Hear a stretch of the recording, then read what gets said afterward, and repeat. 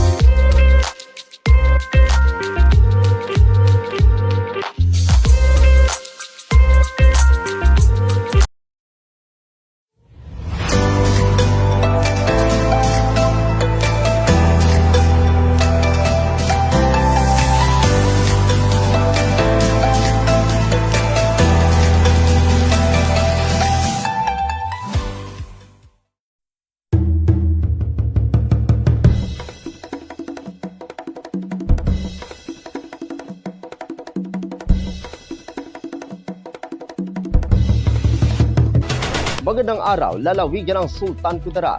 Narito na ang mga pangunahing balita sa Sultan Kudarat Headliners ngayong Oktubre 4, taong 2024. Tacurong City PNP may bagong hepe na. Narito ang ulat. May bago ng hepe ang Tacurong City PNP na kung saan kilalanin na siya. Siya ay si Police Lieutenant Colonel Manuel Ryan Postalim.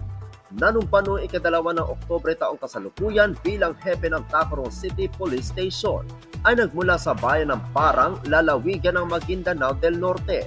Ay nagtapos ng PNPA Bagsay Lahi Class of 2006. Sumailalim siya sa malawak na pagsasanay sa iba't ibang specialized area ng policy kabilang ang intelligence, pagsisiyasat, logistic, pananalapi, ugnayan sa komunidad ng pulisya, pamamahala sa krisis na may kaugnayan sa terorismo, pagtuklas sa pagtukoy ng bomba, negosasyon sa hostage, seguridad at kaligtasan ng turista, at isang hanay ng mga taktikal na kasanayan ng pulisya. Mayroon siyang 2 postgraduate degree, isa sa Public Safety Administration at isa pa sa Police Administration. Parehong nakuha mula sa Philippine Public Safety College at Sultan Kudarat State University. Dati, hawak niya ang posisyon ng hepe ng Intelligence Unit sa Sultan Kudarat Police Provincial Office, Police Chief sa bayan ng Florida Blanca ng lalawigan ng Pampanga, at nagsilbi bilang Assistant Chief ng Regional Operations Division sa Police Regional Office 3 ng Central Luzon. Posisyon ng Assistant Chief ng Regional Intelligence Division 12 at Chief of Police sa iba't ibang bayan sa buong lalawigan ng Sultan Kudarat, Cotabato, Sarangani at lungsod ng Pagadian sa lalawigan ng Zamboanga del Sur.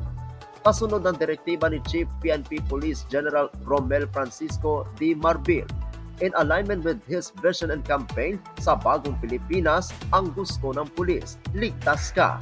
Ang itinalagang police chief ay naglalayo na mapanatili ang lubos na profesionalismo sa hanay at magbigay ng mga premium na serbisyo ng pulisya para sa lahat.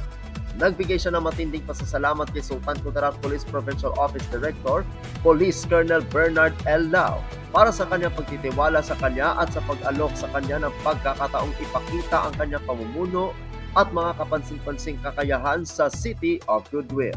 Ako ang inyong kaibigang Apolinario Terry Valencia para sa Sultan Kudarat Headliners. DTI Sultan Kudarat nagsagawa ng tree growing activity sa Consumer Welfare Month. Narito ang ulat. Maaga pa lang kahapon ay nagkita-kita ang lahat sa barangay gym ng Barangay Baras sa gagawin na tree growing activity na bahagi pa rin ng pagdiriwang ng Consumer Welfare Month na pinangunahan ng Department of Trade and Industry o DTI Sultan Kudarat. Bago ang nangyaring pagtatanim ay nagkaroon muna ng maikling program na kung saan binati ng mga pinuno ng barangay ang mga dumalo. Nagbigay ng rationale si Department of Trade and Industry Sultan Kudarat Provincial Director Mary Ann Morales at oryensyon sa pagtatanim na hinatid ni JINP Lucimer P. Natwell. jail warden ng BJMP ng lungsod ng Tacurong. Matapos ang maikling programa, agad naman nagpunta ang grupo sa lugar kung saan magtatanim na sa tabi ng ilog sa Barangay Baras, na kung saan nagtanim ng kawayan at ilang uri ng batang tanim. Nakiisa sa pagtatanim ang mga kasapi ng BJMP, PSA, DOLE, mga manggagawa ng FETMART at ilang mga grupo at individual. Naging masaya ang lahat hindi lang sa almusal na hinanda, kundi sa karanasan na makapagtanim dahil sa pamamagitan nito, maiwasan ang mga matinding pagbaha sa hinaharap at maprotektahan ang mga taniman at kabahayan ng mga naninirahan sa lugar. Ang Consumer Welfare Month ngayong taon ay may temang Be Smart, Assert Your Consumer Rights. Ako ang inyong kaibigang Apolinario Terdi Valencia para sa Sultan Kudarat Headliners.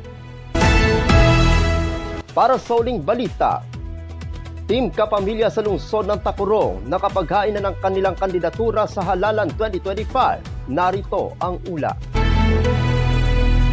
Formal nang isinumite ng Team Kapamilya noong Huwebes, ika-3 ng Oktubre taong kasalukuyan ang kanilang mga Certificate of Candidacy sa tanggapan ng Tacurong City Comelec Office. At kabilang sa mga nasa listahan ng Team Kapamilya na tatakbo para sa local national midterm election sa darating na ika-12 ng Mayo sa susunod na taon. Halalan ay sina incumbent Mayor Joseph George Elechoncito na tatakbo muli bilang alkalde. Sa pagka-vice-alkalde naman si Ralenta Bosares Bernardo. Nananatiling kaalyado at kasama pa rin sa Team Kapamilya sina incumbent City Councilor Bernardino Umadhay Jr., Geraldine Collado, Harvey Legas, Nestor Casador at Jose Lim V. Sasabak din sa pagkakonsehal sina dating punong barangay ng Barangay Buenaflor, Adriano Beso, punong barangay ng Barangay Calian na si Rafi Lacson, ang negosyante na si James Ryan Rafael at may bahay ni City Councilor Carlos Borromeo Segura Jr. na si Janeline Kahandig Segura at Ach Abi Delicana Abe.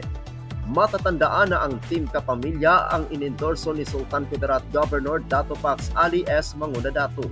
Ako ang inyong kaibigang Apolinario Terdi Valencia para sa Sultan Kudarat Headliners.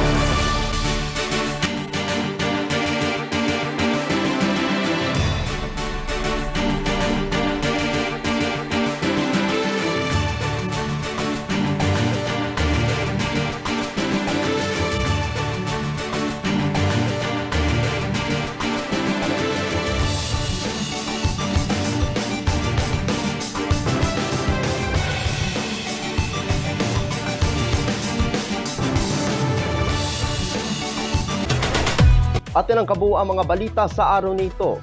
Mga balitang kailangan ninyong malaman. Balitang walang kinakampihan. Balitang totoo. Balitang may dalang aral at inspirasyon. Ito ang Sultan Kudarat Headliners. Hanggang bukas, maraming salamat at magandang araw, kaibigan.